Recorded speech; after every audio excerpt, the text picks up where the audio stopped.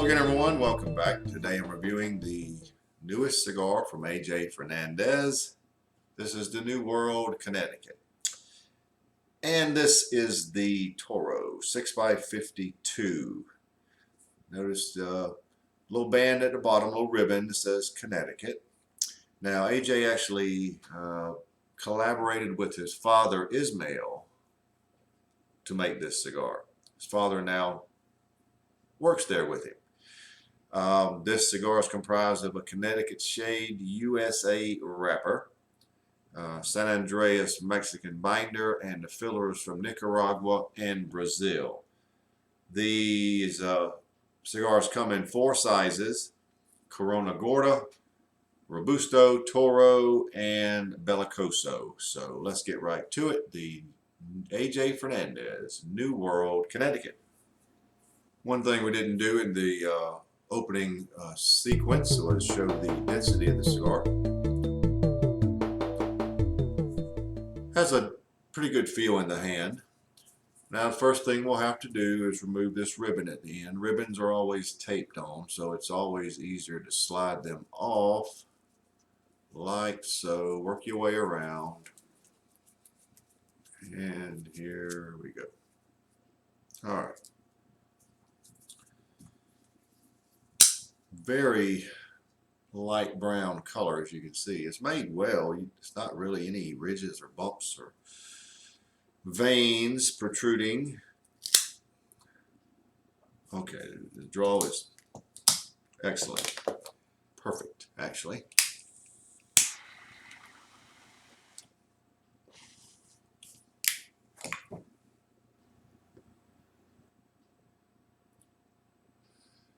Has sort of a high-pitched tangerine flavor and a little boysenberry note to it. There's some elements of dry wood, sort of a roasted nut type flavor, possibly almond, almond-esque. So that's sort of how it starts. I'm anxious to see how we progress, but a lot of lighter flavors, shall we say, to start with. That could change. Let's see where we go from here.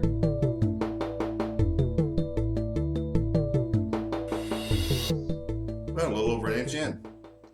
Probably close to an inch and a half at this point. And the initial flavor assessment is pretty good.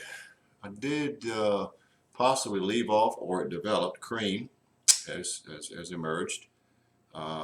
And just ever so light coffee notes at the base. A very straight, milder type of coffee, but there are some low-level base coffee notes. So you've got a tangerine type sweetness, which it has elevated now in the last inch or since we lit it up.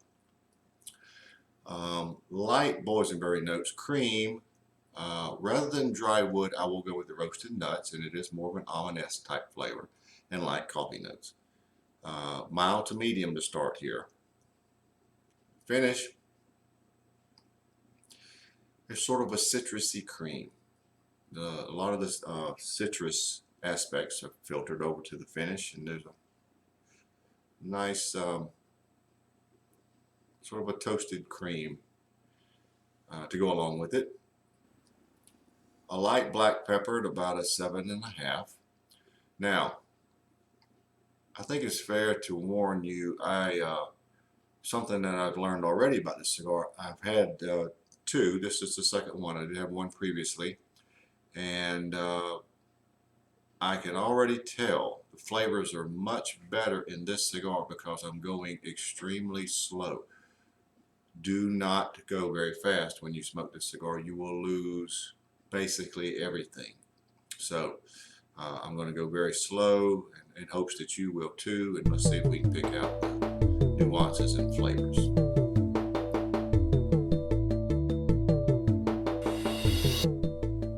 Well, we're actually at maybe a little past the midpoint here, and I've noticed a few dry cocoa notes mixed in with that citrus. Makes an interesting flavor. Still have some light roasted almonds and a little cream to mellow it out, if you will. But by and large, the big news is the cocoa. And it's very light, not overwhelming, but you can detect it. So that's about the only change. Cigar is pretty much medium bodied, and I don't think we're going to get a lot higher than that. So right around the midpoint, at the band for sure. Here we are.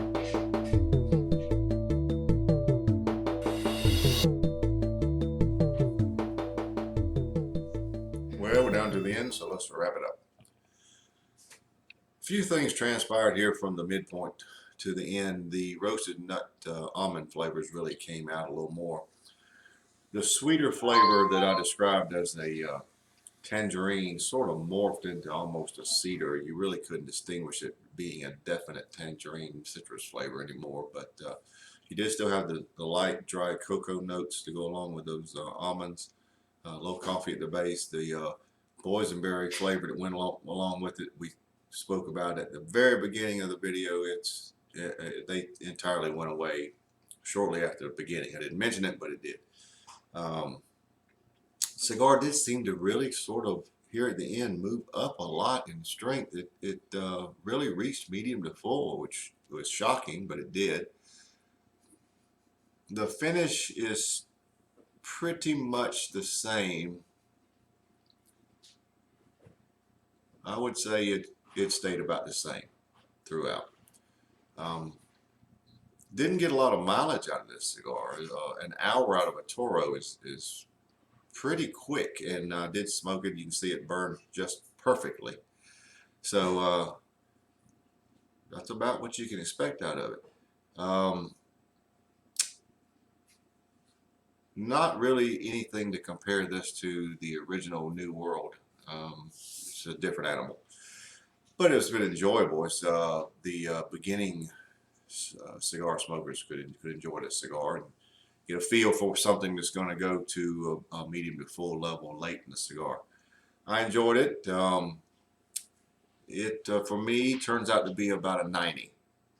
So I'm giving it a score of 90. It's a good cigar. It's a little milder than I'm a fan of, but it's a good flavored cigar. The cocoa notes made it interesting.